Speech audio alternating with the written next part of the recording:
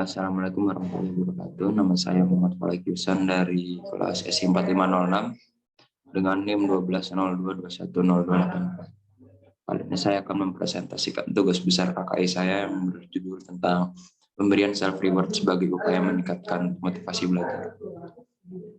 Nah, latar belakang dalam proses pendidikan yaitu belajar tentu saja dipengaruhi oleh faktor eksternal dan internal. Nah, faktor internal itu adalah motivasi dalam diri individu.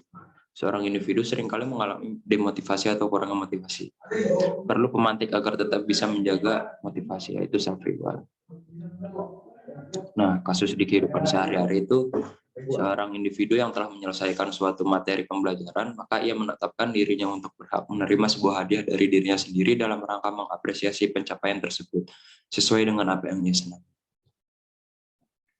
Landasan teori. Menurut Sudarwan, kekuatan, dorongan, kebutuhan, semangat, tekanan, atau mekanisme psikologis yang mendorong seseorang atau sekelompok seorang untuk mencapai prestasi disebut motivasi.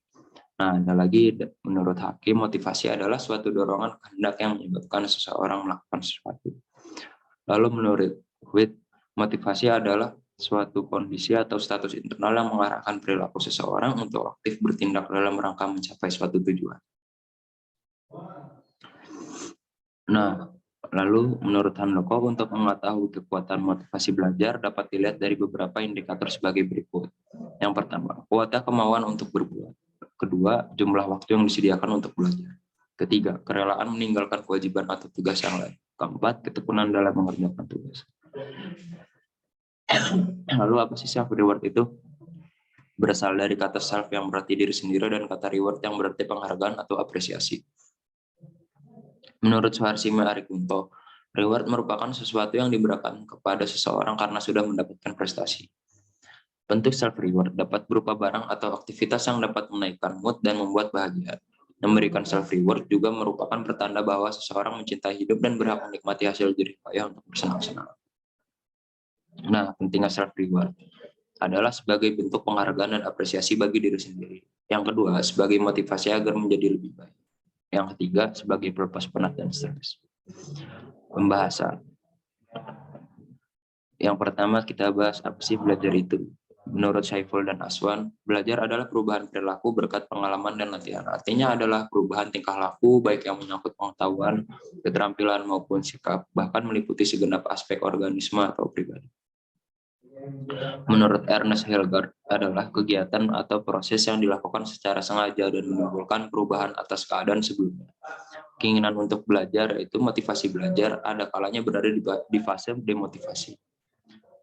Nah, memberikan self reward dapat dilakukan saat seorang individu telah melakukan suatu pencapaian atau dapat dilakukan sebagai motivasi saat seseorang individu akan memulai suatu pekerjaan.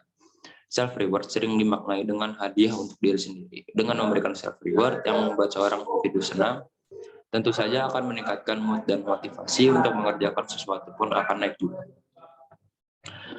Kesimpulan, dengan self reward seseorang akan merasa senang dan bahagia. Jika seseorang telah merasa senang dan bahagia, maka motivasi untuk melakukan sesuatu seperti belajar akan meningkat. Disimpulkan bahwa dengan memberikan diri self reward akan meningkatkan motivasi belajar. Saran. Jika ingin meningkatkan motivasi belajar, maka dapat melakukan self reward sebagai hal yang dapat mendorong untuk mencapai suatu pencapaian. Sekian presentasi yang saya lakukan untuk memenuhi tugas besar KKI. Saya tutup dengan terima kasih dan assalamualaikum warahmatullahi wabarakatuh.